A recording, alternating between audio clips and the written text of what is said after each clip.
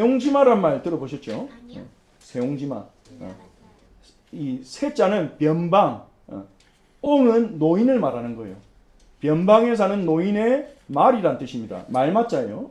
그러니까 중국의 북쪽 변방에 한 노인이 살고 있었는데 이 노인이 애지중지 키우던 말이 있었어요. 근데 그 말이 갑자기 어느 날 가출을 해가지고 이제 그 변방 바로 위쪽에 있는 적국의 나라로 도망가 버린 거예요. 동네 사람들이 노인한테 와가지고 뭐라 하겠습니까? 아이고 안 됐습니다. 어떡합니까? 이러니까 노인이 그랬대요. 뭐 이리 복이 될지 어떻게 알겠습니까? 그랬대요. 그랬는데 어느 날 진짜 그 도망갔던 말이 말 여러 마리를 이끌고 돌아온 거예요. 카리스마가 있나 봐요, 말이. 여러 마리를 유혹해가지고 데리고 온 거예요. 그러니까 한 마리가 보냈는데 여러 마리 오니까 동네 사람들이 부러워가지고 와, 복 받으셨네요. 어찌 이런 복이 있습니까? 그러니까 노인이 그랬대요. 이게 뭐 재앙이 될 수도 있죠. 근데 어느 날 이 노인의 아들이 이 데리고 온 야생마 중에 좋은 놈을 하나 타려고 타다가 떨어져서 다리가 부러졌네. 그러니까 또 동네 사람들이 그래요. 동네 사람들이 문제예요. 동네 사람들이 그래요. 아, 이게 재앙이었네요. 복인 줄 알았더니 그런 거예요. 그러니까 노인이 또 그랬대요. 이게 또 복이 될 수도 있죠. 그런데 전쟁이 딱 터진 거예요. 그러니까 젊은 남자들 전부 다 징집해 가는 겁니다. 전쟁터로 데리고 나가는 거예요. 다 끌려 나갔어요. 그래서 전쟁 나간 사람들은 죽든지 장애를 가지고 돌아왔어요. 근데 무사한 사람은 그 노인 아들밖에 없어요. 다리가 부러져가지고 전쟁터 안 나갔거든요. 그러니까 이게 중국의 회남자라는 이제 오래된 백과사전 같은 책에 담긴 이야기인데요. 하나님 안 믿는 사람도 인생의 길흉화복은 쉽게 예측할 수 없다. 지금 일어난 부분만 가지고 판단할 수 없다는 거죠. 우리에게 문제로 보이는 일이 문제가 아닐 수 있습니다. 때로는 우리에게 응답이네 흥분했는데 응답이 아닐 수도 있습니다.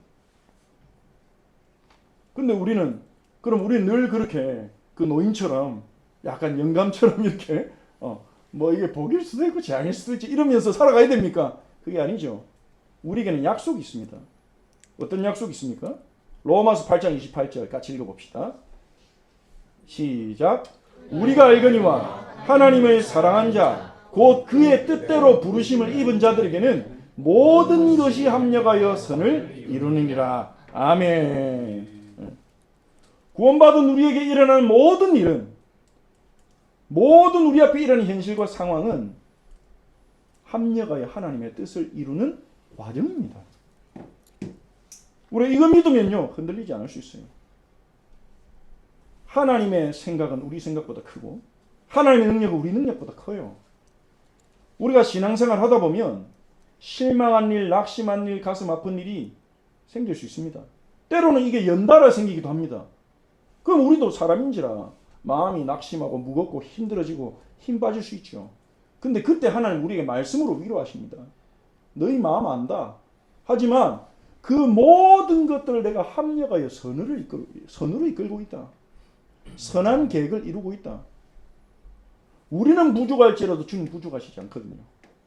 우리는 실수할지라도 주님은 실수 안 하거든요. 그래서 이 사실을 믿으면 돼요. 문제는 우리의 믿음입니다. 문제는 우리의 믿음이에요. 마태복음 16장 17절 18절에 우리 사자어린 양교회가 처음으로 예배드릴 때 주셨던 말씀입니다. 내 교회는 내가 내 교회를 세우리니 이 교회는 주님이 세우신 거다. 음부의 권세가 이기지 못하리라 말씀하셨습니다. 자, 그래서 여러분, 그럼 우리는 어떻게 하면 되냐? 문제가 왔을 때요, 믿음을 사용할 기회예요. 문제는요, 문제가 왔다면 믿음 사용할 기회예요. 히브리서 11장 1절은 말합니다. 같이 한번 읽어봅시다. 시작. 믿음은 바라는 것들의 실상이요 보이지 않는 것들의 증거니. 믿음은 바라는 것들의 실상, 보이지 않는 것들의 증거라고 했어요. 그러니까 우리가 바라는 것들이 착착착 이루어질 때는 믿음이 필요치 않아요. 내 계획대로 일이 진행된다. 믿음이 왜 필요합니까? 계획대로 진행하면 되지. 근데 내 계획대로 진행 안 될 때는 믿음이 필요해요. 믿음이 필요한 때예요. 응답이 눈에 보인다면 믿음이 필요하지 않아요. 우리가 기도하자마자 응답이 팍팍팍 응답이 된다. 우린 그럼 좋겠죠. 그럼 우리의 믿음은 안 자라납니다. 우리의 믿음은 안 자라나요. 우리가 누가 믿음 좋은지 어떤 사람에 대한 믿음이 큰지 강한지 어떨 때 알 수 있습니까? 어떤 사람이 자기를 배신한 것 같은 정황이 보이는데도 사람들이 주변 사람들이 가서 당신 배신해서 이러는데도 아니야 그 사람 그럴 리가 없어. 믿고 기다리는 거죠. 그때 우리는 이 사람 진짜 믿는구나 알 수 있잖아요. 서로 사이 좋을 때는 믿음이 좋은지 안 좋은지 알 수가 없어요. 이 사람 너무 우리가 즐겁게 지낼 때는 우리가 서로를 믿는지 안 믿는지 알 수가 없어요. 그런데 우리가 바라는 것들이 보이지 않을 때, 응답이 보이지 않을 때 그때 믿음이 자라납니다. 그래서 하나님이요 한 번에 응답 안 주시는 거예요. 우리가 기도할 때 바로 응답 안 주시는 거예요. 왜냐 하나님 우리가 자라나기를 원하세요. 하나님의 목적은 거기 있거든요. 그러면 하나님이 응답을 결코 안 주심이 아닙니다. 정확한 때에 주십니다. 믿음을 사용해야 될 때예요. 지금은요. 믿음을 사용해야 될 때입니다. 신앙생활 할 때입니다. 신앙생활이란 말이 무슨 말입니까? 하나님 믿고 살아간다는 거잖아요. 하나님을 믿을 때예요. 우리의 믿음을 점검하고 하나님의 약속을 붙잡을 때예요. 하나님이 약속하신 게 뭐였지? 하나님이 이 교회를 통해서 하기 원하신 게 뭐지? 우리 그거를 점검할 때예요. 왜냐하면 하나님의 약속은 반드시 성취되니까요. 그리고 우리가 문제 앞에서 믿음을 사용한다면요. 하나님을 기쁘시게 합니다. 믿음은 하나님을 기쁘시게 합니다. 히브리서 11장 6절 같이 함께 읽어봅시다. 시작. 믿음이 없이는 하나님을 기쁘시게 하지 못하나니 하나님께 나아가는 자는 반드시 그가 계신 것과 또한 그가 자기를 찾는 자들에게 상 주시는 이심을 믿어야 할지니라. 아멘. 믿음이 없이는 하나님을 기쁘시게 하지 못하나니 이 말을 뒤집으면 어떻게 됩니까? 믿음이 있으면 하나님을 기쁘시게 한다. 우리가 하나님 위해서 뭔가 많이 하고 잘해야 기뻐하신 게 아닙니다. 믿으면 기뻐하십니다. 우리가요 교회 건물을 끝내주게 짓고 그 교회 사람을 3,000명 모아도요 믿음 없이 한다면 하나님 그걸 기뻐하시지 않아요. 주님 우리의 믿음을 보십니다. 그래서 우리가 하나님이 살아계시고 자기를 찾는 자에게 상 주시는 이심을 믿고 나오라 하십니다. 믿음으로 주님 앞에 나아가기를 기뻐하십니다. 우리가 믿음의 길을 선택할 때 그거 이상 기뻐하시는 게 없습니다. 사람들은 오만때만 거 다 믿잖아요. 세상을 쳐다보면 오만때만 거 다 믿어요. 뭐 혐오시 있지 않습니까? 뭐 장풍 쏘고 뭐 공중부양한다고 그 사람도 믿고요. 얼마나 그 사람 믿는 사람이 많고 돈을 많이 갖다 바쳤는데 하늘 북물 막 짓고 그랬잖아요. 오만때만 거 다 믿는다니까요. 보이스피싱도 믿어가지고 속고 UFO도 믿고 다 믿어요. 하나님만 안 믿어요. 하나님만 안 믿어요. 그런 거 믿으면서요 복음 전하면 듣기 싫다 그러거든요. 근데 하나님 자녀인 우리들마저도 하나님 안 믿으면 누가 하나님 믿습니까? 우리는 믿음의 길을 걸어갑시다. 믿음의 길을 걸어갑시다. 그것만으로 하나님 기뻐하십니다. 하나님이 기뻐하신 길 걸어가면 우리가 안 되겠습니까? 믿음의 길을 걸을 때 어떻게 됩니까? 요한복음 11장 40절에 예수님 말씀하셨어요. 믿는 자는 하나님의 영광을 보게 됩니다. 예수께서 이르시되 내 말이 네가 믿으면 하나님의 영광을 보리라 하지 아니하느냐. 이 말을 예수님이 언제 하셨냐? 마리아와 마르다에게 하신 말씀이에요. 마리아와 마르다가 자기의 사랑하는 오빠 나사로를 잃었을 때 때로는 주님의 응답이요 우리가 기대했던 때와 안 맞는 때가 많아요. 거의 대부분 그렇습니다. 우리 생각이 하나님 생각과 다르기 때문이죠. 마리아 마르다 나사로 이 3남매는요 예수님을 너무 사랑하고 어떻게든 예수님 대접하려고 하고 베다니에 있는 예루살렘으로부터 떨어지는 베다니에 있는 자신들의 집에 예수님과 제자들을 모셔서 섬기고 너무 충성스러운 남매였죠. 근데 마리아 마르다가 다른 지역에 있는 예수님에게 사람을 보냈어요. 우리 오빠 나사로가 죽어갑니다. 제발 예수님 오셔서 고쳐주세요. 근데 예수님은 안 가십니다. 일부러 안 가세요. 죽었다는 소식을 듣고 가십니다. 나사로가. 그러니까 이 마리아 마르다 심정은 어떻겠어요? 아니 왜 응답 안 해줘요? 응? 우리 주님 얼마나 사랑하고 섬기는데 왜 응답 안 해줘? 좀 빨리 오셨으면 우리 오빠 살았을 텐데. 원망하는 마음. 그 마음으로 차가지고요. 마르나는 그나마 예수님도 사정이 있으셨겠지. 이렇게 이해하려고 막 노력하면서 예수님을 인사라도 하는데 마리아는 속에 원망이 더 사랑했던 것 같아요. 원망이 막 가득해가지고 예수님 왔다는 얘기 들어도 나오지도 않고. 근데 예수님 둘 다 불러요. 그럼 사실 말씀이에요. 믿으면 하나님 영광을 보리라 하지 않느냐. 그럼 어떻게 하십니까? 돌문 열어라. 돌문을 열고 한마디 하십니다. 뭐라고 하시죠? 나사로야 나오너라. 더 긴 말이 필요 없어요. 수리수리 마수리 아싸라삐야 뭐 이런 말이 필요 없어요. 나오너라. 나오너라. 그러니까 죽었던 나사로의 몸에 생명이 돌아가가지고 붕대로 쌓인 채로 걸어서 나옵니다. 그 일이라니까 예루살렘에 난리가 난 거예요. 그 유대인들이 꼭 죽여야 되겠다 결단한 거예요.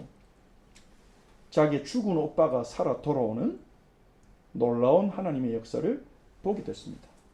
믿으면 하나님 영광을 보리라. 하나님은 우리와 우리 교회를 위한 응답을 예비해 두셨습니다. 응답을 예비해 놓고 기도하게 하세요. 지금 우리가 기도해야 될 때입니다. 지금 하나님은 우리에게 기도의 영을 부어주시고 있습니다. 기도는 내 뜻이 이루어지는 게 아닙니다. 하나님의 뜻이 이루어지는 겁니다.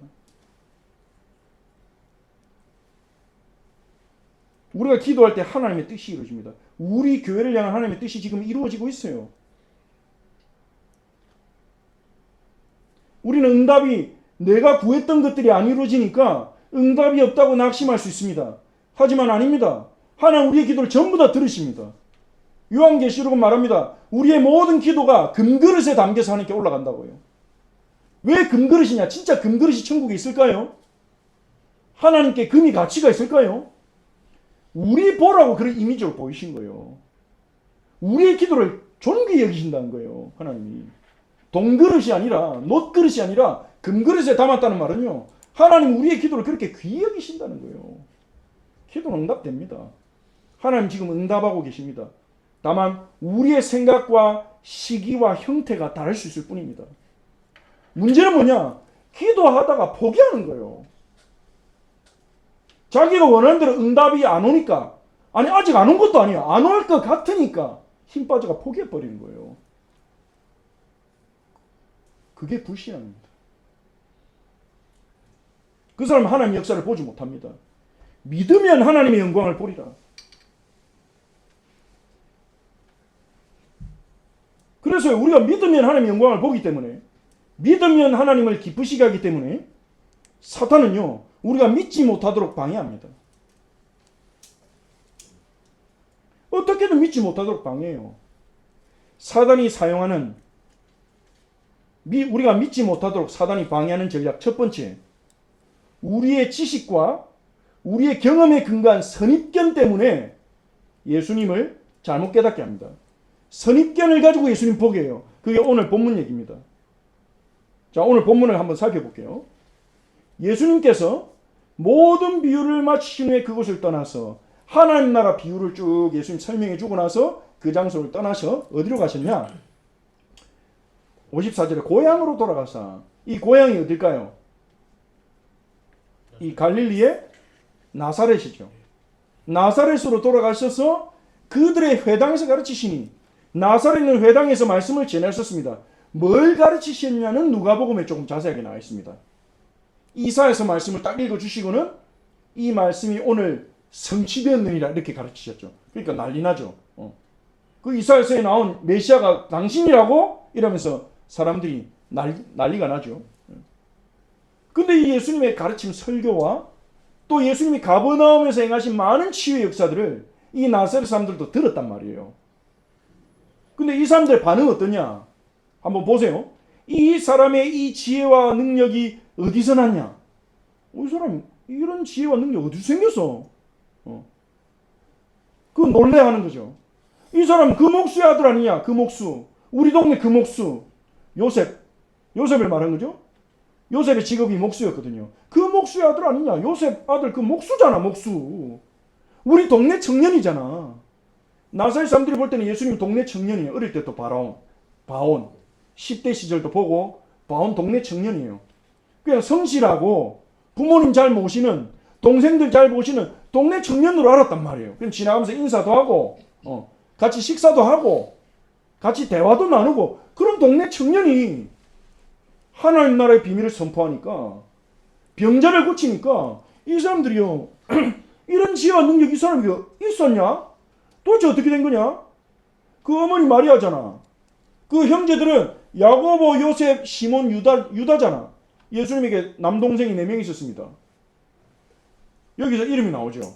야고보, 요셉, 시몬, 유다. 이 중에 2명은 좀 알려져 있지만 이 요셉과 시몬에 대해서는 전혀 정보가 없습니다. 근데 여기 나오는 야고보가 누구냐? 사도행전에서 교회 회의를 주관하는 교회 지도자예요. 거의 총회장이라 볼 수 있죠. 그런 역할을 맡을 정도로 믿음의 사람이 됐어요. 그리고 여기 나온 유다가 누구냐? 신약 성경에 유다서를 기록한 유다입니다. 예수님의 제자였던 가룟 유다와 동명이인이죠. 그러니까 나사렛 사람들이요, 그 엄마 마리아고 요셉이 아빠 요셉이고 동생도 그가 다 아는 그 청년이잖아. 그 여동생도 있었던 것 같아요. 그 너희들은 우리와 함께 있지 않냐냐. 그 예수님의 여동생들은 그 갈릴리 나사렛 동네 사람들하고 결혼해가지고 유부녀도 있고 그렇겠죠. 우리 잘 아는 그 사람이잖아. 이 사람이 모든 것이 어디서 도대체 난 거야? 이해가 안 되네? 이런 말인 거예요. 그러면서 예수님을 믿은 게 아니라 57절에 예수를 어떻게 했습니까? 배척한지라. 이 배척한지라는요, 실족하다는 뜻의 헬라어 스캔달리조의 수동태입니다. 넘어졌느니라, 이런 말이라 볼 수 있어요. 예수님에게 걸려서 넘어졌어요. 예수님을 받아들이지 않았어요. 자기들이 알고 있는 예수의 모습, 예수에 대한 자기의 선입견에 걸려 넘어진 거예요. 예수님이 이들을 넘어뜨린 게 아니에요. 자기 생각 선입견에 걸려서 예수님을 믿지 않았습니다. 그래서 58절은 말합니다. 그들이 믿지 않음으로 말미암아 거기서 많은 능력을 행하지 아니하시니라. 그들이 믿지 않았기 때문에 하나님 능력을 거기서 행하시지 않았습니다. 믿지 않는 곳에 역사하시지 않습니다. 예수님의 사람의 믿음을 보시고 믿는 자에게 역사하십니다. 그래서요, 혈루증 걸린 여인이 믿음으로 예수님의 옷자락을 만졌을 때 치유됐죠. 그 여인에게 말씀하십니다. 네 믿음이 너를 구원하였느니라. 믿을 때 역사 일어나요. 그래서 사단이 못 믿게 하는 거예요. 선입견에 딱 갇혀가지고. 자, 그럼 이게 나사렛 사람들만의 문제입니까? 우리도 선입견을 가지고 예수님 볼 수 있습니다. 이거 한번 생각해 보십시오. 교회에서 배운 예수, 성경에 있는 예수님 100% 똑같을까요? 아니죠. 근데 많은 사람들이요, 교회에서 배운 예수님을 믿어요. 교회가 잘못돼서 그런 게 아닙니다. 교회 책임이 있겠죠. 교회도 책임이 있겠죠. 하지만 사람들은 그냥 자기가 만나는 사람, 어떤 목사의 설교 그 안에서만 그냥 예수님을 발견하고 그걸로 만족해버리는 거예요. 그게 다라고 믿는 거예요. 정말 사복음서를 찾아가지고 예수님이 도대체 가르치시는 게 진짜 뭐였는가, 이걸 알려고 하고, 예수님 도대체 어떤 분인가, 예수님이 하신 일이 도대체 어떤 일인가, 이 부분을 정말로 알려고 하고 그 진리를 향하여 나아가는, 그렇게 하지 못하게 만들어요. 그냥 만족하게 만들어요. 주일에 가서 예배드리면서 설교 듣고 조금씩 듣는 거, 내가 사람들을 보면서 느끼는 판단, 교회라는 어떤 단체 생활을 하면서 내게 느껴지는 것들, 이런 것들을 통해서 내 안에 형성된 신앙, 그냥 거기에 만족하게 만들어요. 그러니까 이런 얘기를 해도 관심 없는 사람도 많습니다. 교회에서 가르친 예수, 교회에서 배운 예수, 성경에 나타난 예수가 같냐? 이런 질문조차 하지 않는 사람들이 많습니다. 그러니까 우리의 신앙생활이요, 예수님이 원하시는 것과 많이 달라질 수 있다니까요. 달라져 있고요. 저 예수님 한번 보십시오. 우리는요, 교회 다니는 사람들은 그렇게 생각합니다. 교회가 제대로 되려면 건물이 있어야 되고, 그리고 강단도 있어야 되고, 성가대도 있어야 되고, 재정이 안정돼야 되고, 이런 여러 가지 것들이 있어야 좋은 교회라고 생각합니다. 그런데 예수님에게 그게 있었냐고요. 예수님이 사회 가실 때 재정이 안정돼 있었습니까? 예수님이 정기적으로 헌금을 돌렸을까요? 물론 자원하여 드린 헌금하는 사람들이 있었어요. 자원하여 드린 헌금들을 모아가지고 예수님이 사회 가셨어요. 그리고 예수님은 한 장소에서만 예배하지 않았어요. 우리가 예수님처럼 똑같이 해야 된다, 그 말이 아닙니다. 우리가 배우고 우리가 경험하고 우리 생각에 만들어진 틀이요, 하나님의 생각과 다를 수 있다는 거예요. 본질에 집중해야 됩니다. 교회의 본질은 뭡니까? 우리의 본질은 뭡니까? 예수님의 제자를 훈련시키는 거예요. 그럼 우리 사자와 어린 양 교회는요, 이 본질을 하기에 부족한 거 없습니다. 지금 예수님의 제자로 훈련받을 성도들이 있고, 중요한 건 우리가 그 일을 하고 있냐 그거예요. 예수님의 제자로 예수님을 잘 따라가도록 돕는 사역이 일어나고 있고, 그 일을 위한 기도가 있고, 그를 위한 소통이 있고, 그들을 위한 말씀의 나눔이 있고, 그게 중요한 거죠. 그게 본질이죠. 하나님은 교회를 세상과 같은 방식으로 다스리지 않습니다. 믿음의 법칙으로 운영되게 하십니다. 믿음의 법칙으로. 그래서 개척교회가 힘든 거죠. 개척교회에 참여하면 믿음의 법칙을 경험 안 하면 안 돼요. 믿음의 법칙을 안 배우면 안 돼요. 믿음의 법칙 속으로 내가 들어가지 못하면 힘들다니까요. 물론 하나님 바라봐도 사실 힘들어요. 하나님 바라봐도 우리는 사람이니까 힘들어요. 근데 그 믿음의 법칙으로 우리가 교회를 운영하고 바라보고 나아가지 못한다면 더 힘들 수밖에 없죠. 그래서 하나님 그걸 통해서 우리를 믿음의 자리로 나아가게 하시는 것입니다. 그래서 저는 그게 개척교회에 있는 복이라고 믿습니다. 믿음이 성장할 수 있는 자리예요. 하나님을 바라볼 수 있는 자리예요. 하나님의 일하심을 볼 수 있는 자리예요. 왜냐? 교회는요, 세상에 하나님의 구원과 통치를 보여줘야 돼요. 이 세상에요, 뛰어난 사람들, 똑똑한 사람들, 이 조직을 잘 짜가지고 적자를 내고 운영 잘하는 조직은 세상에 너무 많아요. 그런데 연약한 자들이 모였지만 하나님 바라보면서 하나님의 일하심으로, 하나님의 공급하심으로, 저 교회 도대체 어떻게 운영되는 거야? 비밀이 뭐가 있네? 어떻게 저 사람들은 그렇게 여유가 없는 것 같은데 어떻게 지역사회와 다른 사람 섬기면서 나아갈 수 있지? 이런 비밀을 품고 보여주는 데가 바로 교회라는 겁니다. 한국에 미자립 교회가 굉장히 많죠. 저는 그게 문제라고 생각했어요, 예전에. 왜 하나님 살아계신데 미자립 교회가 그리 많지? 하나님 제대로 일을 안 하시는 거 아닌가? 문제다. 그래, 미자립 교회를 바꿔야 된다 생각했어요. 얼마나 교만한 생각인지 그게요. 제가 나중에 깨달았어요. 저는 보통 큰 교회에서 신앙생활 많이 했거든요, 부교육자로. 그래서 막 메시지 들으면서 미자립 교회는 문제야, 복음을 집중 안 해서 그래, 전도에 집중 안 해서 그래, 하나님 완전히 안 믿어서 그래, 이렇게 듣고 자라면서 저도 그런 생각 딱 들어가지고요. 저도 모르게 어려운 교회구나, 도움이 필요한 교회구나, 이렇게 생각을 했다니까요.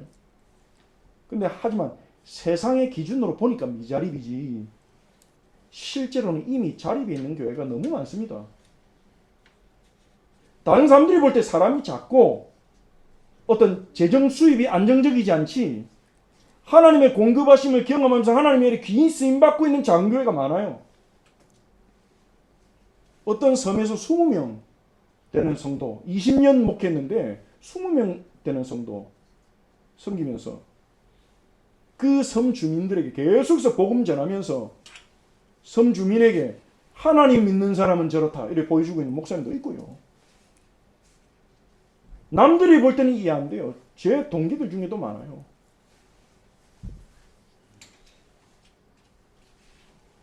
하나님이요, 어려운 가운데 하나님만 바라보도록 훈련시키고 세우시는 거예요. 어떤 장교회 목사님이 그렇게 고백하신 걸 제가 책에서 봤습니다. 하나님 나라라는 큰 나무가 있으면 큰 교회는 큰 뿌리다. 큰 뿌리는 나무가 넘어지지 않도록 지탱한다. 근데 작은 교회들은 잔뿌리들이다. 그 잔뿌리가 있어야 그 공간에 있어서 미생물, 좋은 미생물들이 서식해서 악한 것을 막을 수 있다. 그 나무를 건강하게 해준다. 그렇게 말하는 것을 본 적이 있어요. 역할이 각자 다른 것입니다. 물론 모릅니다. 하나님 우리 교회를 향한 계획이 무엇인지. 우리가 볼 때는요, 이 자리 도와야 된다 그러는데 실제로는요, 하나님의 역사를 보면서 하나님의 공급하심을 경험하면서 하나님이 보내시는 영혼들을 살리고 있는 좋은 교회들이 많이 있다니까요. 그런 교회가 건강한 교회입니다. 교회는요, 주립될 때 가장 건강할 수 있습니다. 자립이 아니라 주립. 주님 주자에 세울 입이죠. 주님이 세우신다. 주립될 때 가장 건강합니다. 주님 의지할 때. 요한계시록 3장 20절에 예수님이 하신 말씀인데 우리 잘 아는 말씀입니다. 볼지어다 내가 문 밖에 서서 두드리노니 누구든지 내 음성을 듣고 문을 열면 내가 그에게로 들어가 그와 더불어 먹고 그는 나와 더불어 먹으리라.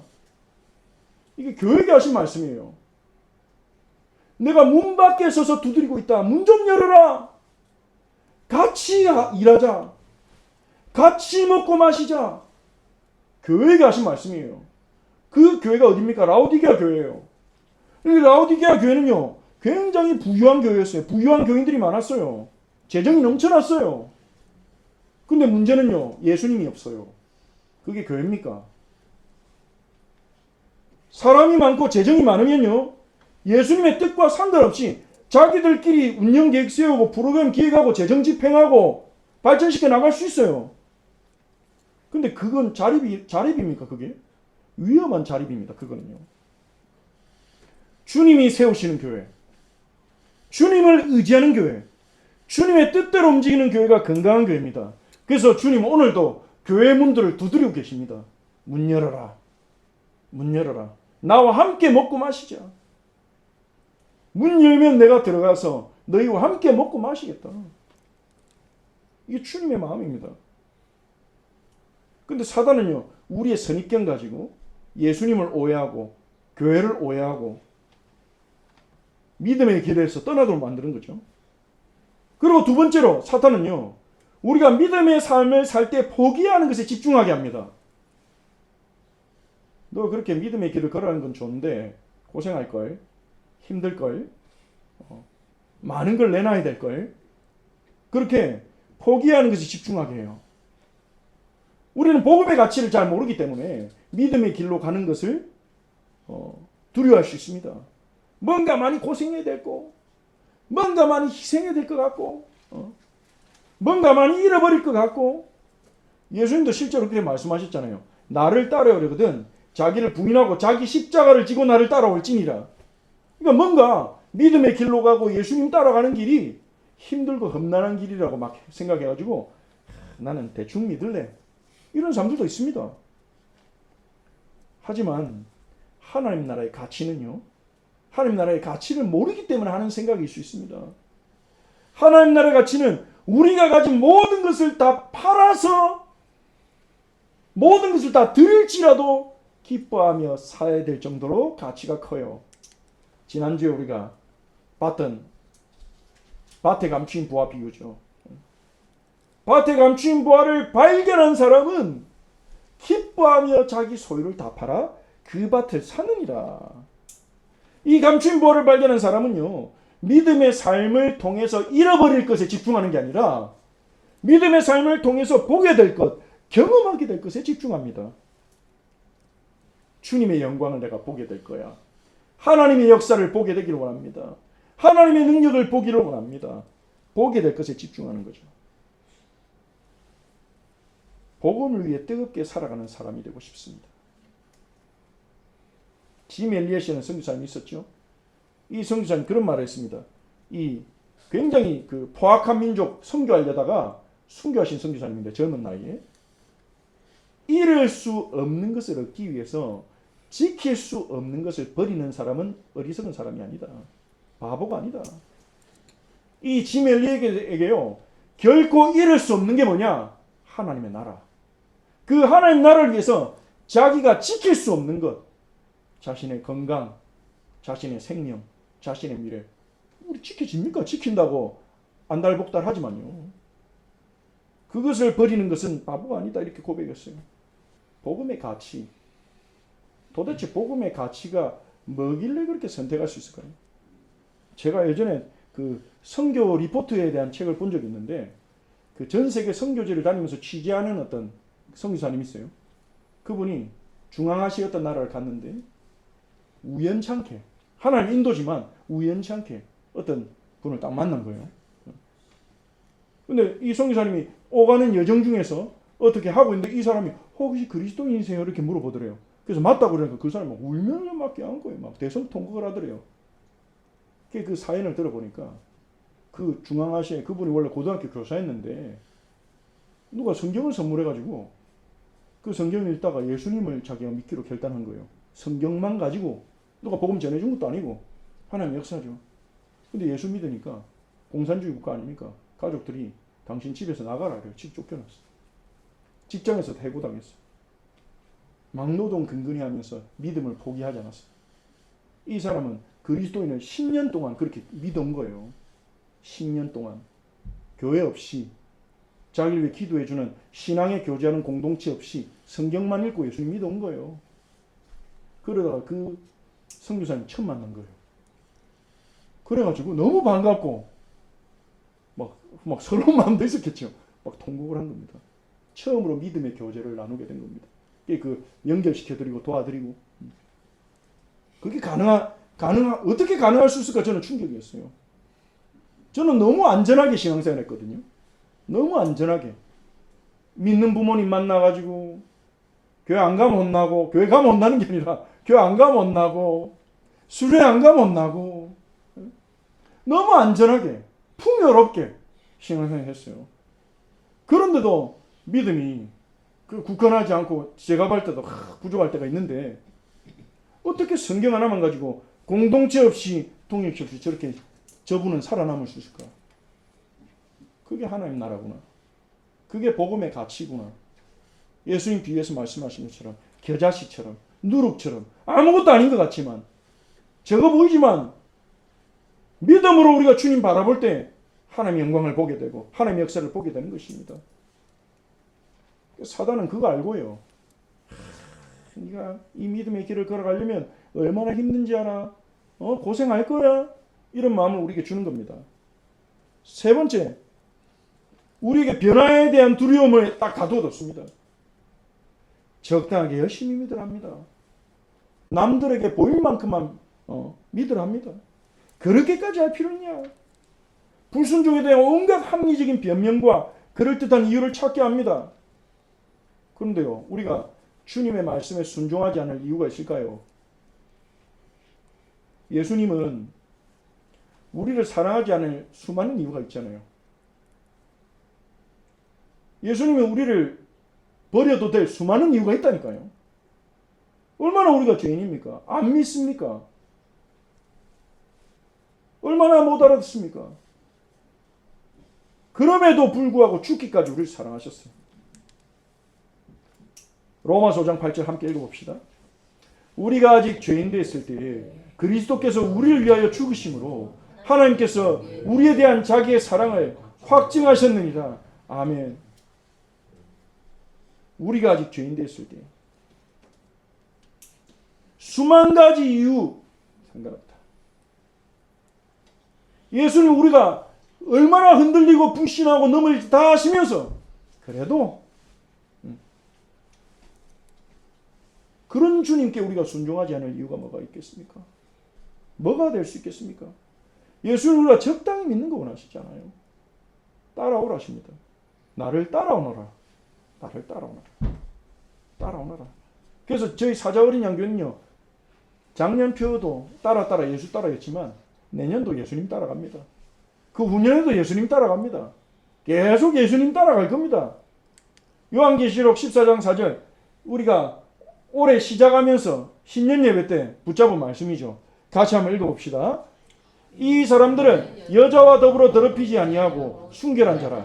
어린 양이 어디로 인도하시든지 따라가는 자며 사람 가운데서 속량함을 받아 처음 익은 열매로 하나님과 어린 양에게 속한 자들이니. 아멘. 노란색 글씨만 한 번 더 읽어봅시다. 시작. 어린 양이 어디로 인도하든지 따라가는 자며. 아멘. 어디로 인도하시든지 따라갈 것입니다. 자, 믿음의 길을 우리가 걸어가야 되는데 마지막으로 믿음의 원리가 뭐냐? 알아봅시다. 자, 믿음의 원리는 뭐냐? 믿음은 어려운 일이 아닙니다. 네. 무슨 말이냐? 믿는 게 얼마나 어려운데 생각하면 되겠습니다. 믿음이 안 생기는데 그게 무슨 말이냐 싶으실지도 모르겠습니다. 근데 한번 생각해 보세요. 우리가 사람 믿는 거는요, 어렵고 쉬운 일이 아닙니다. 그 믿음의 여부는 누구한테 달려있어요? 내 문제입니까? 상대방에 달려있어요. 상대방이 믿음직스러운 사람이면 믿는 거 어렵지 않아요. 나하고 한 번도 약속 어긴 적이 없고 한 번도 나한테 해를 끼친 적이 없은 채 20년 동안 나와 잘 지냈다. 그 사람 믿는 게 어렵습니까? 안 어렵죠. 안 믿는 게 어려워요. 그냥 자연스럽게 믿어져요. 우리의 믿음의 여부와 정도는요, 믿음의 대상에게 달려 있습니다. 하나님의 문제라는 거예요. 내가 믿음이 약하다. 그 하나님에게 문제가 있으면 그게 정당화돼요. 하나님 약속을 어겼거나, 하나님 말을 이리저리 바꾸는 분이거나, 하나님이 증거를 전혀 안 주거나, 응답을 전혀 안 주는 분이다. 그럼 우리가 그분을 안 믿는 게 정당화돼요. 근데 하나님 그런 분입니까? 너무나 미쁘신 분이잖아요. 우리는 미쁨이 없을지라도, 이 미쁘다는 말을 잘 모르는 사람들이 있더라고요. 미쁘다는 말은 100% 믿을 만한 분이라는 뜻이에요. 믿을 만한 분, 신실하다는 말과 같죠? 우리는 미쁨이 없을지라도 주는 항상 미쁘시니. 예전에 개역 한글판에는요, 주는 일향 미쁘시니 그랬습니다. 그래서 어떤 목사님은 그 자기 이름을 일향이라 이래 가진 목사님도 있었죠. 일향 미쁘시니, 항상 미쁘시니, 자기를 부인할 수 없으시니라. 하나님 자기를 부인 못해요. 하나님 약속 어기는 거 못해요. 하나님은 약속을 저버리는 거 못하십니다. 문제는 뭡니까? 이 하나님은 한 번도 약속 안 지키신 적이 없습니다. 약속대로 여자손 보냈고요. 약속대로 아브라함 자손으로 보냈고요. 약속대로 다윗의 자손으로 보냈고요. 약속대로 십자가의 죽으심으로 우리의 죄를 사하셨고요. 약속대로 부활하셨고 약속대로 성령 보내셨어요. 문제는요, 그 하나님의 신실하심을 내가 아느냐 이거예요. 하나님은 믿을 만한 분이에요. 하나님은 이쁘신 분이에요. 근데 내가 그 하나님을 아느냐, 그 하나님의 신실하심을 아느냐, 얼마만큼 아느냐, 그거예요. 그게 문제입니다. 호세아 6장 6절에 하나님 말씀하셨습니다. 나는 인애를 원하고 제사를 원하지 아니하며 번제보다 하나님 아는 것을 원하노라. 이거는 과정법입니다. 인애 없는 제사를 원하시지 않는다는 거고요. 하나님을 모르는 번제를 원하시지 않는다는 거예요. 하나님 알기를 원하세요. 근데 하나님이 너희가 나를 알기를 원한다. 이 말에는 뭐가 담겨 있습니까? 알려주시겠다는 거죠. 알려주고 싶으시다는 거예요. 자신에 대해서 우리가 알려주고 싶으시다는 거예요. 하나님이 얼마나 신실하신지, 미쁘신지, 믿을 만한 분인지 알려주시고 싶으시다는 거예요. 문제는 알려하지 않는 거예요. 그 주님은 알려하지 않는 거예요. 사람들은 대부분 안정을 누리는 삶을 원하지 하나님 아는 것을 원하지 않아요. 그래서 편하게 종교생활을 할 수 있는 대로 가는 사람이 많습니다. 그래서 하나님은 자기 백성을 하나님 아는 자리로 몰아가세요. 알아야 되는데 알려고 하질 않으니까. 근데 알아야 되잖아요. 알아야 우리가 믿음의 길을 가고, 믿음의 길을 가야 주의 영광을 보고 주님을 기쁘시게 하고, 그러니까 믿음의 자리로 몰아가시는 거예요.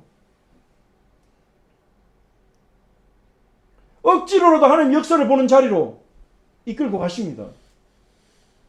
마태복음 8장에 보면요, 제자들이 예수님과 함께 배를 탔는데 풍랑이 쳐가지고 막 배가 뒤집일 뻔합니다. 그러니까 제자들이 난리가 나요. 우리 다 죽게 생겼다 이러면서. 예수님이 그 풍랑이 일어날 줄 모르셨겠습니까? 알아요. 데리고 간 거예요. 그리로. 옆에서 주무시고 계셨어요. 옆에서. 풍랑이 일어났을 때.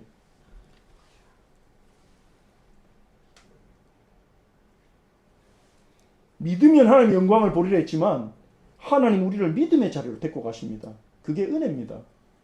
안 믿으니까 너네는 보지마! 이게 아니라 우리를 믿음의 자리로 이끌어 가십니다. 그게 은혜입니다. 그 당시 자리에서는 원망과 낙심될 수 있습니다. 두려울 수 있습니다.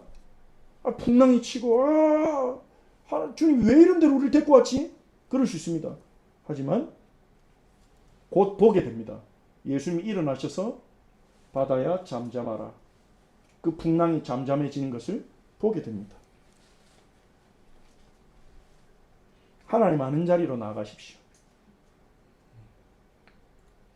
하나님 아는 자리로 나아갑시다. 히브리서 4장 16절 같이 읽겠습니다. 그러므로 우리는 긍휼하심을 받고 때를 따라 돕는 은혜를 얻기 위하여 은혜의 보좌 앞에 담대히 나아갈 것이니라. 때를 따라 돕는 은혜가 있어요. 지금 이 때를 돕는 은혜가 있어요. 하나님 예비해 두신 응답이 있습니다. 그 은혜를 얻기 위해 어떻게 하라고요? 은혜의 보좌 앞으로 나아가라. 담대히 나아가라. 말씀과 기도의 자리로 나아가십시오. 거기가 믿음 생기는 자리입니다. 로마서 10장 17절 같이 읽어봅시다. 그러므로 믿음은 들음에서 나며 들음은 그리스도의 말씀으로 말미암았느니라. 아멘. 말씀 들을 때 믿음이 생겨요. 말씀의 자리로 나아가십시오. 말씀 읽을 때, 설교 들을 때, 묵상하고 말씀을 적고 순종할 때 들음에서 우리 안에 믿음이 형성됩니다. 주님을 아는 만큼 믿음이 형성됩니다. 그리고요, 부르짖으십시오. 믿음 달라고 기도합시다. 우리가 어떤 아버지가 자기 아들이 귀신 들려가지고 불에도 넘어지고 막 이러니까 데리고 와가지고요, 주님 할 수 있으면 내 아들 좀 고쳐주십시오. 하실 수 있으면 내 아들도 고쳐주십시오. 그러니까 예수님이 말씀하십니다. 할 수 있거든이 무슨 말이냐. 믿는 자에게는 능히 하지 못할 일이 없느니라. 이때 이 아버지가요, 정말 잘했습니다. 뭐라고 합니까? 당장은 믿음이 없지만요, 소리 지릅니다. 믿나이다. 나의 믿음 없는 것을 도와주소서. 안 믿어집니다. 이게 아니라 믿습니다. 안 믿어지지만 입술로는요, 믿습니다. 내 믿음 없는 것은 주님이 도와주십시오. 믿음의 고백을 했어요. 믿음을 선포했어요. 그리고 자신이 믿음 없는 것을 도와달라고 했어요. 주님이 기뻐하실까요? 미워하실까요? 기뻐하시죠. 바로 귀신이 떠나갔어요. 믿으려고 폰만 잡아도 기뻐하세요. 믿게 해달라고 기도만 해도 기뻐하세요. 그러니까 우리는 믿음의 길을 걸어갑시다. 결론입니다. 믿음의 한계를 돌파합시다. 여기 계신 분들은 다 신앙생활, 교회생활 오래 하신 분들 아닙니까? 배운 것도 많고 체험한 것도 많겠지만 나도 모르는 사단이 만들어 놓은 틀이 있을 수 있습니다. 아까 얘기했던 것들처럼 믿음의 한계, 이 정도 하면 되지, 이 정도 하면 되지, 이 정도 믿으면 되지. 주님이 원하신 자리까지 나가지 않고, 주님이 이끄신 자리까지 나가지 않고 우리 스스로 멈추려고 하고 더 나아가지 않으려고, 두려움 때문에 뭔가 많이 잃어버리게 될까, 많이 고생하게 될까, 이런 것들 때문에 그런 리미트를 딱 만들어 놨을 수 있습니다. 그걸 깨버립시다. 믿음의 길로 갑시다. 주님 하신 일 보고 가면 됩니다. 우리는요. 그래서 세 가지 읽고 우리 함께 기도하겠습니다. 세 가지 읽고 우리 찬양 하나 드리고 기도할게요. 자, 1번 같이 읽어봅시다. 영역이 좀 작지 글씨가. 글이 길어가지고 이게 크게 할 수가 없었어요. 자, 같이 읽어봅시다. 두려움과 염려가 생기게 하는 모든 것들을 기도로 감사함으로 하나님께 아뢰읍시다. 두 번째, 기도하다 낙심하지 말고 응답이 올 때까지 기도합시다. 다행이네. 3번, 하나님의 신실하심을 믿음으로 걸어가는 자는 푸른 감람나무처럼 될 것입니다. 푸른 감람나무. 푸른 감람나무는 시편에 나오는 표현인데 제가 어제 말씀에도 올렸었죠. 잎이 무성하고 열매도 풍성하고 살아있어요. 그런 푸른 감람나무. 우리 사자어린이 교회가 우리 성도님들이 푸른 감람나무처럼 될 줄 믿습니다. 우리가 믿음의 길을 걸어갈 때 믿음의 한계를 돌파하는 은혜를 주실 줄 믿습니다. 자, 우리